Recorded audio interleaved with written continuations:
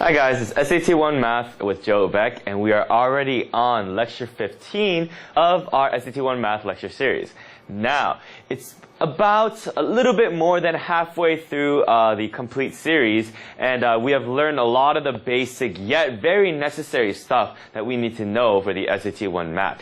Now, just to test us to see how far we've come, we are actually going to be going over tricky SAT problems. Now, I call it tier 1 because for now it's just not on the super hard side, because we're just mainly covering the stuff, the basic things that we have gone over. However, everything that I taught you thus far should be more than enough to give you everything you need to solve these following problems, okay? And now there are a bunch of problems. I believe it's 9 problems, and I'm just going to read a bunch of them, and then we're going to just go over them together. Now, if you guys would like, as we go over them, right before I'll give you a short amount of time for you to pause the video, try the problem yourself before I go straight into how to do these problems. Now, again, these are actually real problems found on the SAT. So they're not just like the problems that are directly related to, all we've been learning. So they're actually a direct application of what we have been doing thus far. So let's actually go straight into it. Oh, right before, this is just a short comic clip. It's of a brain doing weightlifting, saying that algebra is weightlifting for the brain.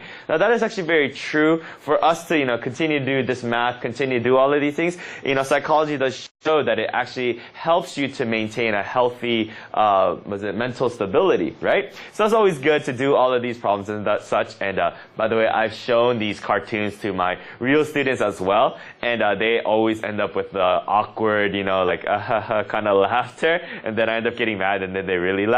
So hopefully all you guys in there that are watching all enjoy the little fun stuff, fun comics that I show, okay? So moving on from the awkwardness, right? Let's actually go straight into the first problem that we have out of the 9, okay? So again, out of the real problems, please take this time if you want to pause, right? And to solve the problem. Now hopefully you have solved it right. Let's move on.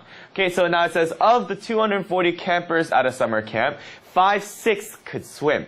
If 1/3 of the campers took climbing lessons, what was the least possible number of campers taking climbing lessons who could swim? Okay, now in this problem, right, it's tricky because of the wording. So again, we have to use our methods of solving word problems, right? Just always identify the information first, okay? So identify, right? You have 240 campers total at a summer camp.